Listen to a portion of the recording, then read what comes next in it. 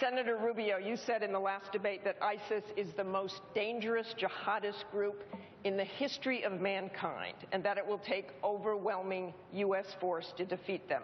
Can you specifically tell us what you mean by overwhelming force? Well, first we need to understand who they are. ISIS is not just a jihadist group, they're an apocalyptic group.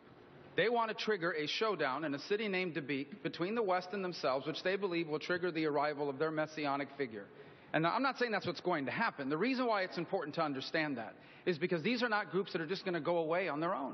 They are going to have to be defeated.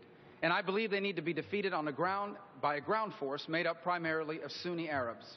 It will take Sunni Arabs to reject them ideologically and defeat them militarily. That will require a coalition of Iraqis and Syrians that are also Sunnis, but it will also require the cooperation of Jordanians, Egyptians. We should ask more of the Saudis. That will need to be backed up with more U.S. Special Operation Forces alongside them. And it will have to be backed up with increased airstrikes. And we're going to have to strike them, not just in Iraq and in Syria, but in every other part of the world where they've now created hubs of operation. They have affiliates in over a dozen countries across this planet. They have a sophisticated network of radicalizing people here in the homeland and around the world. But it all begins by taking away their safe operating spaces with a ground force that a U.S.-led coalition takes on. Again, Senator Rubio, you've already said ISIS is the most dangerous jihadist group in the history of mankind. So that would make it more dangerous than al-Qaeda, the insurgents we fought in Iraq.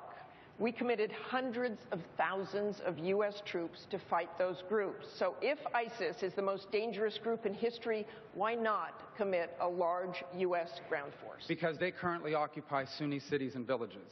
Sunni cities and villages can only truly be liberated and held by Sunnis themselves. If they are held by Shia, it will trigger sectarian violence. The Kurds are incredible fighters, and they will liberate the Kurdish areas, but Kurds cannot and do not want to liberate and hold Sunni villages and towns. It will take Sunni fighters themselves in that region to take those villages and cities and then to hold them and avoid the sort of sectarian violence that follows in the past. And why that is important is because if Sunnis are not able to govern themselves in these areas, you are going to have a successor group to ISIS. ISIS is a successor group of al-Qaeda.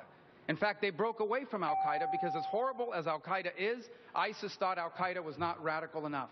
This is who we're dealing with, and they have more money than al-Qaeda ever had. Well, what would you do differently to try to get those Sunni forces? They have not been coming forward. Well, the problem with the Sunni forces in the region is they don't trust this administration. This administration cut a deal with their mortal enemies, the Shia in Iran. It poisoned the well with these countries. It makes it very difficult to cooperate with them as a result. They also, by the way, understand what real U.S. air power looks like.